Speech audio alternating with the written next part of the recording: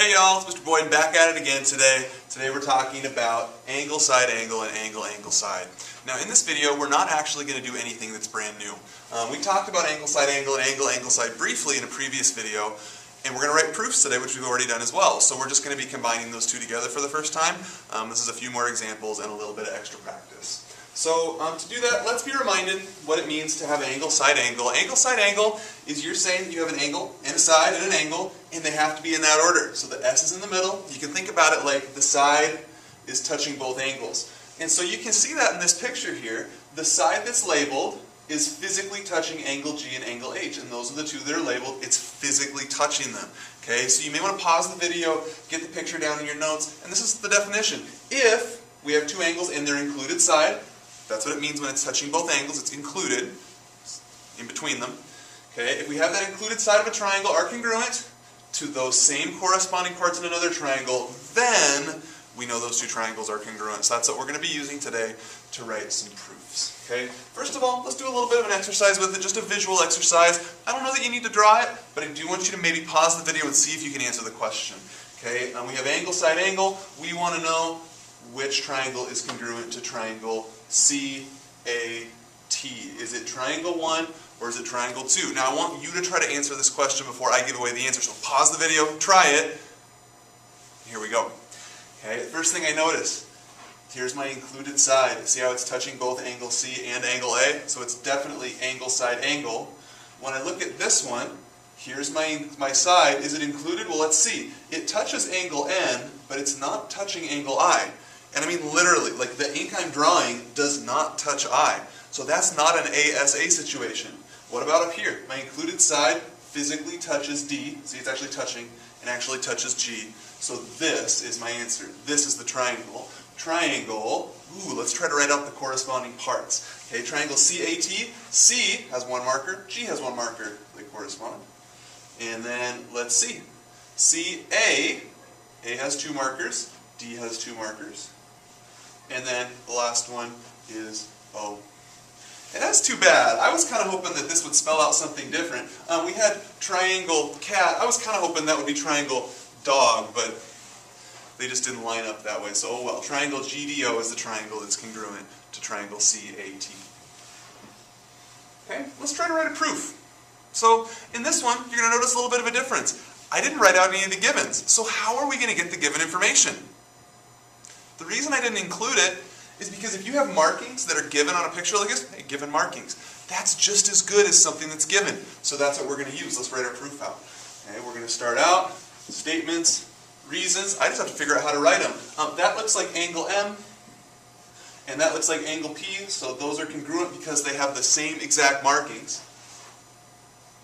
So that's given, and markings on the picture are considered given. Okay, let's go to the next one. Here I have side MN, and that's congruent to the side that has the same marking, PN, and that's given. Alright, that's all the markings on the picture. I've got all that covered. Now, we need to figure out some more information. Let's look to our list of reasons.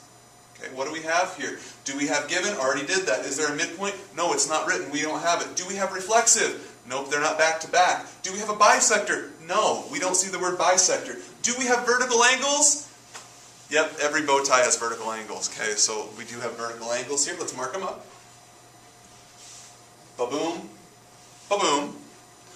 My reason is going to be vertical angles. Angles, I'm using the symbol for it there. And now we have to name them. Now you can't name that P, or excuse me, N. You cannot name that N because there are 1, 2, 3, 4 angles at N. We have to be more specific. We got to use 3 letters. So what I'm going to do for this one, I'm going to say PNO. So angle PNO is congruent to angle MNL. Okay. So now we have 1, 2, 3 statements. 2 of them are about angles. 1 of them is about sides. We have to look and see, do we have that included angle that's touching both sides? So I'm going to try drawing that on here. My side is right here. And the question we're trying to answer is, does that touch both angles? Well, M was one of the angles. Okay, it's physically touching M right there. Okay, so yes, it touches that one. Our other angle was LNM, or how did I write it? MNL, excuse me. MNL, is it actually touching that angle? Yeah, it physically is touching it right there. So this is an angle, side, angle situation. And now we have to write out our final statement, our conclusion. So triangle, let's name them, MNL.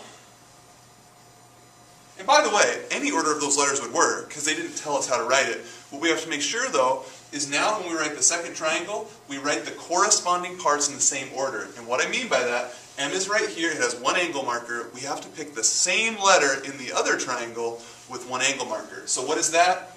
That's P. Where is N? N is in the middle, so N is on the middle on this triangle as well. And the only letter left over is O. So this proof is done. Now let's do a really quick review of angle, angle, side. It's a very similar idea to angle, side, angle. However, notice the S, the side, is not in between the angles. We can see that on the picture. Okay, when I trace that angle, it's touching, when I trace the side, it's touching one angle, but it never touches X. It's touching one side but not the other. We see that here. This angle and this side are together, they're buddies. That angle, it's not connected. Okay, but it works the same way. If we have this situation, that guarantees the two triangles are congruent. So let's take a look at how we can use that.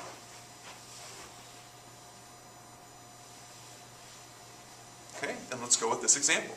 Okay, you may want to pause the video, write down the picture. Again, no given information, at least not in written form, but it's given visually, and so we can do this. Okay, statements. Reasons, I'm going to start identifying. Looks like B and D have the same mark, so angle B is congruent to angle D. That's given. I've got an angle here and an angle there that have the same marks, so it looks like angle DCA is congruent to angle BAC, and that's given. And we need more information. I dealt with the markings on the picture. Technically, these are here. Do you remember what those are saying? If there's arrows pointing in the same direction, it means they're parallel. Okay, so I could write that in here, although unless it's going to have some use, I don't see a reason for it right now, I'm not going to write that in there. Okay, so what I'm going to do is I'm going to go to the list of reasons. I'm going to try to figure out which of these reasons is going to apply to this picture. I would love it if you would pause the video, try to figure out which of these reasons applies. The reason that we have here is we have the reflexive property, because these shapes are back to back. I can come right in here and say, hey, look, that side is shared in both triangles. What is that side called? That's side AC. It's called AC in both triangles. That is the reflexive property of congruence. And so now, what do I have? I have two angles marked and one side marked, and what I'm asking is this side touching both angles in each triangle, or is it only touching one angle in each triangle? And so when I look here, maybe I pick the bottom triangle. It is touching this angle down here at C. It is not touching the angle here at D, and so that is angle, angle, side, where I have one angle and a side that are together, and then I have another angle that's all by its lonesome. Now we can write out our final statement. So triangle DCA is congruent to triangle, what would it be? BAC. And now that's a complete proof. Finally, we want to make sure that we can identify these really well. And so here, we're trying to decide, what do we have? Do we have side, side, side, angle, angle, side, or angle, angle, side? Or are these not possible to tell if the triangles are congruent? So what I think you should do is pause the video, draw these in the notes, try to answer them yourselves, and then follow with me. Now, if you get the first one wrong, and then my explanation makes sense to you, you may want to pause the video again and try the next three. Okay, so I'm going to go ahead and explain them now. Make sure you've taken time to think about this first, or you're not going to learn as much if you do. Okay, so here we go. First one, this is not possible. Not enough information. I have one side that matches a side, two sides that matches two sides. I don't have the third side. I don't have any angles, and none of these reasons apply to the picture because the two shapes aren't touching. That makes it a lot harder when they're not back to back or not point to point. They're not touching at all, and so this does me no good. Okay, that's not possible. What about the next one? How many sides are marked in each triangle? Uno, dos, tres. That is side, side, side. Done. What about down here? I have a side. Maybe you want to label it with an S. I have an angle right here. I have a side and I have an angle, but that's only 2 letters per triangle. We need 3. So where's the third one at? Look at your list of reasons. This is reflexive. And so we have side, angle, side for this one. And what about the last one?